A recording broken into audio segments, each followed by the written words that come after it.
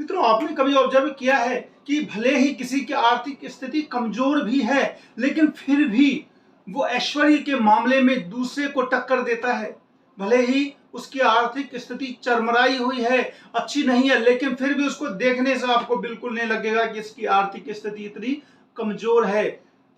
नमस्कार मित्रों, आज के इस एपिसोड में मैं यही बतलाने वाला हूं तुला लग्न और तुला राशि वालों के बारे में कि तुला लग्न वालों के साथ क्या क्या होता है। नवंबर 2023 से लेकर के मई 2024 तक के बीच में उनके साथ क्या क्या अच्छी बातें होंगी, किन किन चीजों की प्राप्ति होगी, क्या क्या चीज करने से संघर्ष खत्म होंगे और भी बहुत कुछ उनके बारे में। मित्रों, आप लोगों से एक रिक्वेस्ट है कि अगर आप लोग पहली बार देख रहे हैं तो निश्चित रूप से चैनल को सब्सक्राइब जरूर कर लें, ताकि आने वाले या फिर पुराने वीडियो भी आप मेरे देख पाएं।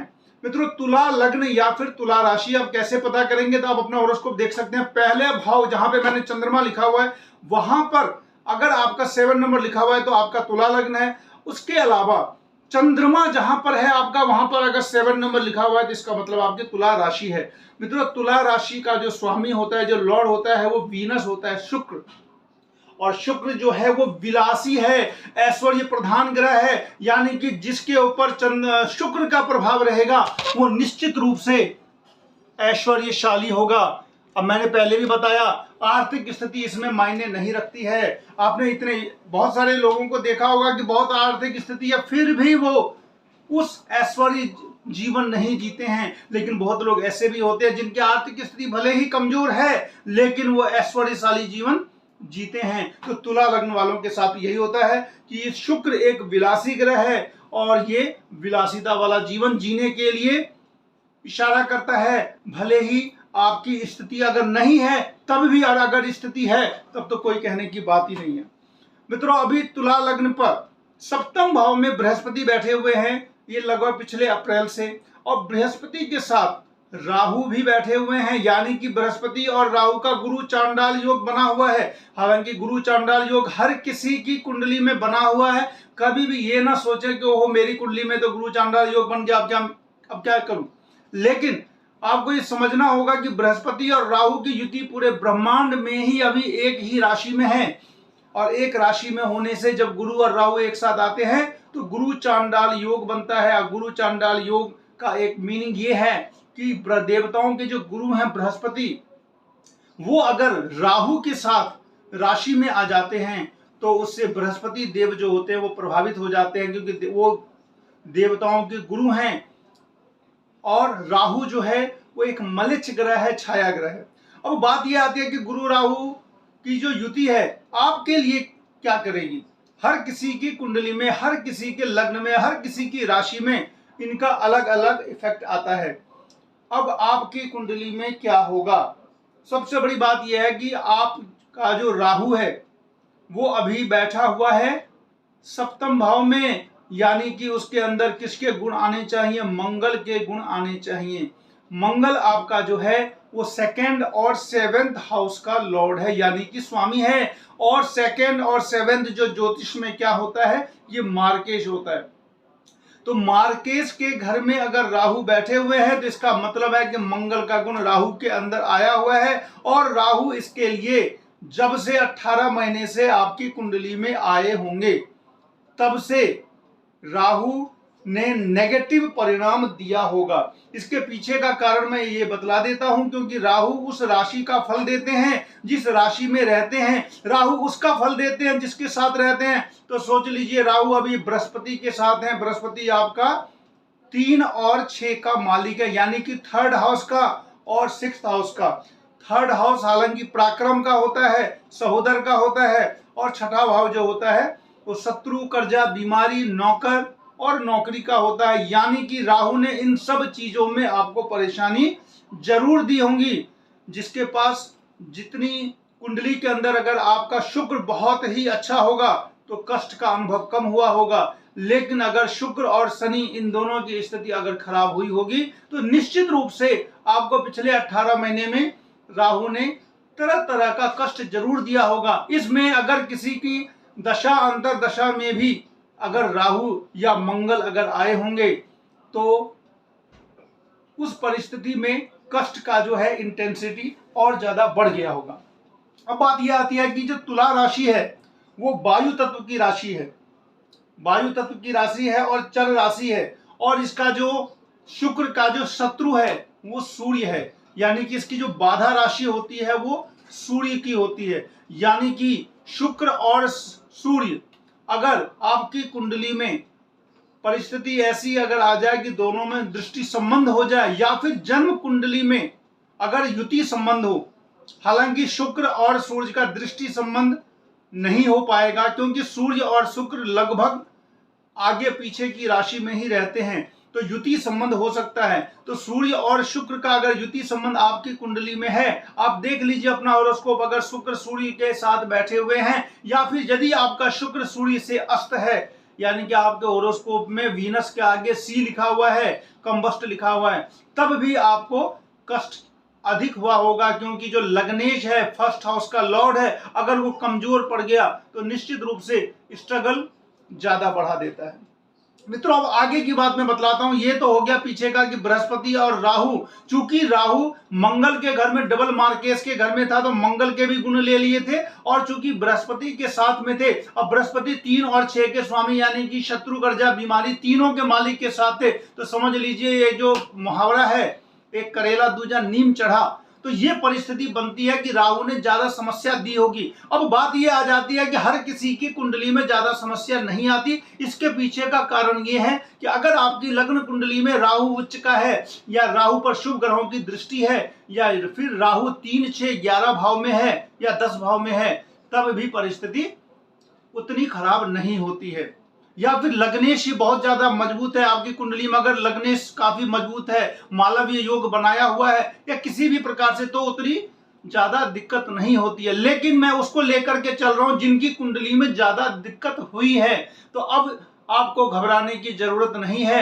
राहु आपके अब 6ठे भाव में आ जाएंगे 30 अक्टूबर के बाद। और सबसे बड़ी बात यह है कि राहु के बारे में कहा जाता है कि 3, 6, 10 और 11, यानी कि तीसरे भाव, 6ठे भाव, 10वें भाव और 11वें भाव में अगर राहु गोचर से, चंद्र गोचर से अगर आते हैं, तो ये बहुत अच्छा फल देते हैं। अगर राहु 6ठे भाव में आ जाए, तीसरे भाव में आ जाए, 10वें भाव में आ जाए और 11वें भाव में अगर आ जाए, तो ये बहुत अच्छा फल देते हैं। तो आप निश्चित रूप से राहु का शुभ फल ले सकते हैं। कैसे आएगा? हाँ, बृहस्पति अभी भी आपके अब सप्तम भाव में ही है, और बृहस्पति चूंकि आपका अच्छे घर के मालिक नहीं है, लेकिन बृहस्पति जहां रहते हैं उससे ज्यादा प्रभाव उस घर पे पड़ता है जिस घर पे बृहस्पति की दृष्टि होती है। तो बृहस्पति की दृष्टि अब आपके एकादश भाव पे पड़ेगी, और एकादश भाव का जो मालिक है वो सूर्य है, सूर्य बृहस्पति के मित्र हैं। तो आपका एकादश भाव से संबंधित जो समस्या थी, आय का साधन जो रुका हुआ था, आय का साधन जो कहीं कहीं से आपके पैसे फंसे हुए थे, वो सारी चीजें आपकी अब क्लियर हो जानी है।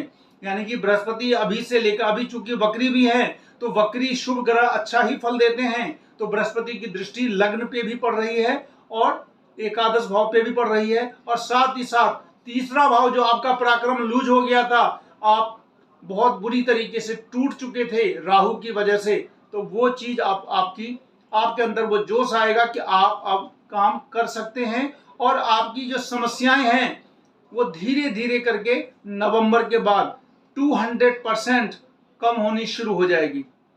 अब बात आती है कि कुछ बातें ऐसी हैं जिसमें आपको ज्यादा दिक्कत का सामना अभी भी करना पड़ेगा शनि की वजह से।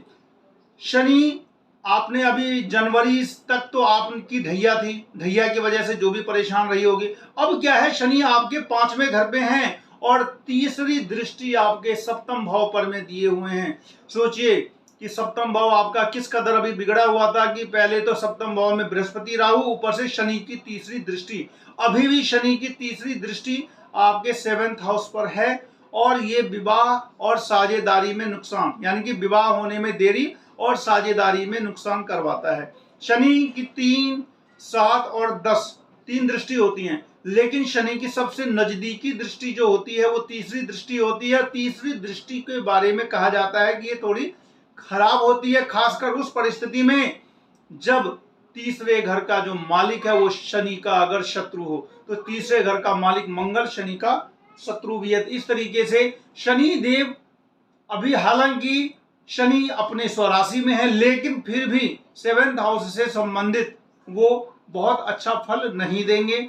यानी कि अभी कम से कम 2024 के मध्य तक, उसके बाद चूंकि शनि धीमा ग्रह है तो वो आगे वाले ग्रह का फल देने लगेंगे। तो इसका उपाय जो होगा शनि से संबंधित, वो अभी मैं आप लोगों को बतलाता हूं। अभी वर्तमान में चूंकि शनि, राहु, बृहस्पति, केतु और शुक्र, इन्हीं के बारे में मैंने लिखा है, क्योंकि ये धीमे ग्रह हैं, जहां रहते हैं वो ज्यादा दिनों तक रहते हैं। अब देखिए, आप शुक्र जो है आपका नवंबर में द्वादश भाव में रहेंगे और द्वादश शुक्र योग बनाएंगे, यानी कि लग्नेश का मजबूत होना हर हाल में जरूरत है। तो शुक्र चूंकि द्वादश भाव में जाके द्वादश शुक्र बनाएंगे, उसके बाद कन्या के बाद वो तुला में आएंगे, अपने घर में आ जाएंगे।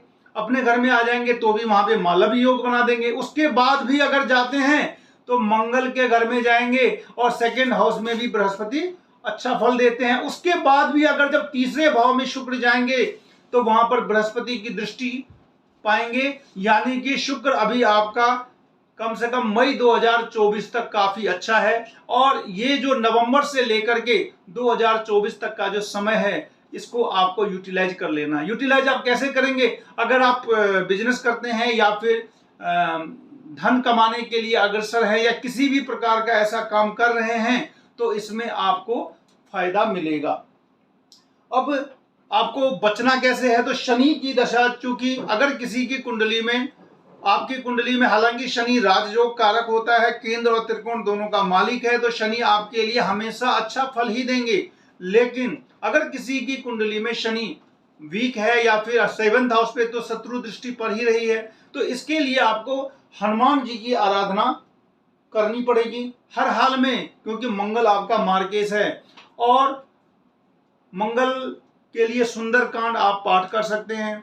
उसके बाद राहु आप नवंबर से आपके लिए बहुत अच्छे हो जाएंगे। इसलिए अच्छे हो जाएंगे क्योंकि 3, 6, 11 में राहु का काफी अच्छा फल मिलता है।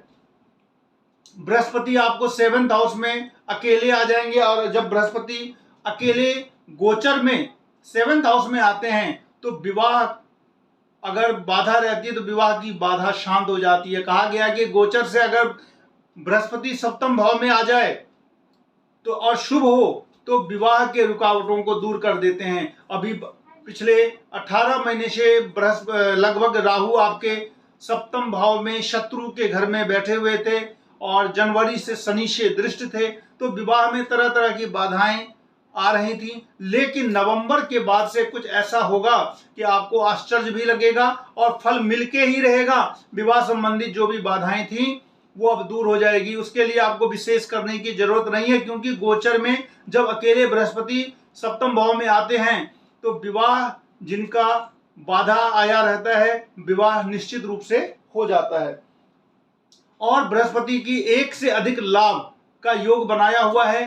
तो अगर आप मेहनत कर रहे हैं, पहले अब तक जितना मेहनत कर रहे थे उसमें अगर फायदा नहीं हो रहा था, लेकिन अब अगर नवंबर के बाद का मेहनत का फल आपको मिलने लगेगा, क्योंकि बृहस्पति की 11th हाउस पर में जो दृष्टि है वो बहुत लाभकारी है।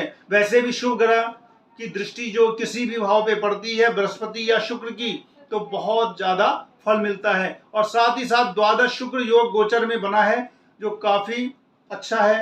हालांकि शुक्र वहां पर में नीच के हैं, लेकिन गोचर में भी शुक्र को नीच भंग राजयोग लग गया है। मित्रों, इस तरीके से तुला राशि वालों के लिए जो शुक्र को आप मजबूत करें, शनिदेव को मजबूत करें, हनुमान जी की आप पूजा करें। आपके लिए अगर आपकी दशा अंतरदशा जो चल रही है उसके हिसाब से, अगर आपको पता है कि मेरी ये दशा है, ये अंतरदशा है, तो उसके हिसाब से उन देवताओं का आप पूजा भी कर सकते हैं। शुभ रत्न अगर आप पहनना चाहें तो आपके लिए डायमंड है, जरकन है, पन्ना है। मित्रों, इस एपिसोड में अभी फिलहाल इतना ही। आप बस नवंबर के बाद से लेकर के मई तक मैंने जो बतलाया है, इस टाइम में आपकी जो समस्याएं हैं वो जरूर दूर होंगी। आप लिख कर ले लीजिए। निश्चित रूप से जो मैंने बात बतलाई है उसमें सारी बातें मिलेंगी, क्योंकि ये महर्षि पराशर, वशिष्ठ, भृगु, सब ऋषियों ने, मुनियों ने जो कुछ बनाकर वो ज्योतिष का सूत्र चले गए, उसके हिसाब से हर बातें मिलती हैं। और ये बात भी निश्चित रूप से मिलेगी। मित्रों, आप सभी लोग इस चैनल को सब्सक्राइब जरूर करें। मिलते हैं फिर नेक्स्ट वीडियो में, तब तक के लिए नमस्कार।